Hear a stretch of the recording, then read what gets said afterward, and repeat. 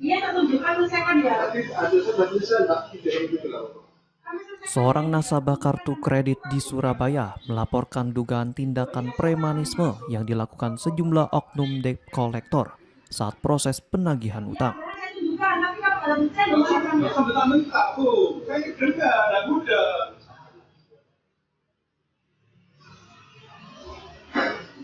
Penagihan yang semestinya ditempuh melalui jalur hukum itu diduga dilakukan dengan cara intimidasi dan teror di lokasi usaha korban hingga menimbulkan trauma bagi istrinya.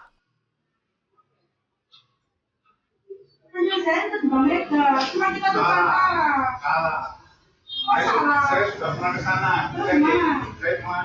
Nasabah tersebut bernama Tan Yudianto Hartanu, pemilik toko perhiasan di kawasan Jalan Pucang, Surabaya, Jawa Timur. Mengaku didatangi sekitar 6 orang yang mengklaim sebagai debt collector.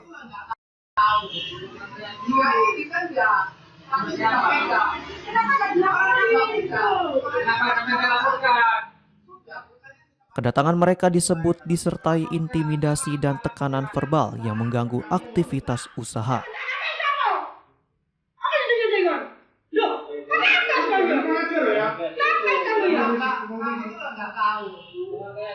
Aksi tersebut terekam kamera CCTV.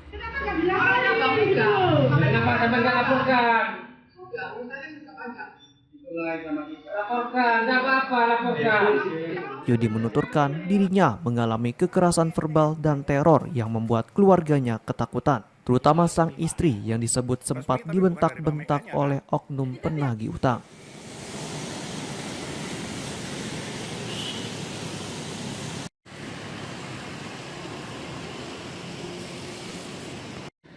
Merasa khawatir aksi serupa terulang, Yudi melaporkan kejadian itu ke Polrestabes Surabaya.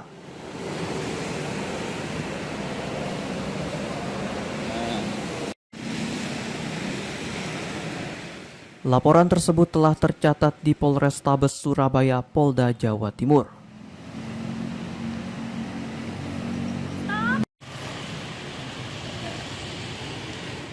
Dalam aduannya, dirinya menyertakan dugaan pelanggaran berupa memasuki pekarangan tanpa izin serta tindakan intimidasi.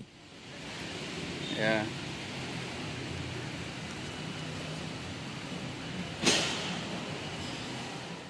Seperti apa, Pak? Saya sebagai nasabah kartu kredit Bank Mega yang juga mengalami gagal bayar, itu kan seharusnya bisa diselesaikan dengan cara hukum. Bahkan dulu sudah pernah saya sampaikan melalui berkirim surat juga. Tapi kenapa sekarang yang saya alami justru sebaliknya? Saya mengalami intimidasi. Jadi intinya itu ada seseorang di jam kerja mendatangi tempat saya kerja, terus dia langsung mengeluarkan surat tagihannya itu. Terus kan saya ngomong-ngomong, intinya kan belum mencapai kata sepakat. Dia manggil 6 orang rekannya.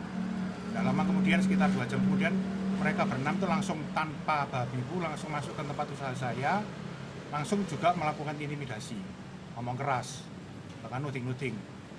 Nah ini kan terus terang kan mengganggu sekali, mengganggu ketentraman, ketertiban publik. Saya sendiri juga langsung kaget. Kok gini caranya? Apakah ini yang diperbolehkan perbankan seperti gini cara nagihnya? Selain itu, Pak, apa ada kekerasan fisik terhadap Bapak gitu? Kalau kekerasan fisik saya tidak sampai mengalami itu. Cuma ya mungkin mereka kekerasan verbal yang lebih tepatnya.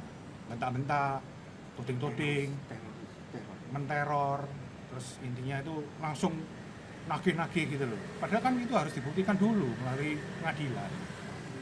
Nah saya sendiri ini kan harusnya orang awam kan dilindungi. Tapi kenapa justru malah benar-benar ditekan seperti itu? Harapannya Pak dengan lapor ke Polrestabes ini seperti apa Pak?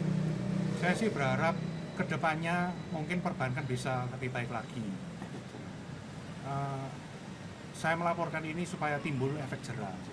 Terutama juga saya harapkan ada perhatian dari OJK, BI juga, dan Bank Mega pada khususnya. Ya, kedepannya juga saya berharap saya mendapat kepastian hukum. Jadi bukan cuma sekedar saya lapor setelah itu menguap, tidak ada kejelasannya. Saya ingin dapat jawaban. Karena saya yakin banyak nasabah-nasabah di luar sana mengalami kasus yang seperti saya ini banyak. Jadi kalau bisa saya ingin kejadian ini tidak terulang lagi.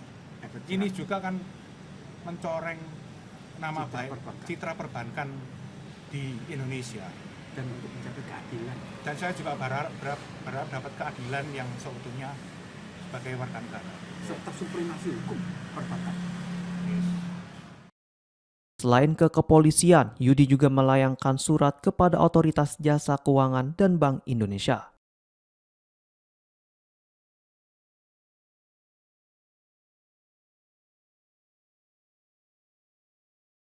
Dirinya meminta agar supremasi hukum di sektor perbankan ditegakkan dan tidak ada lagi praktik intimidatif dalam proses penagihan utang.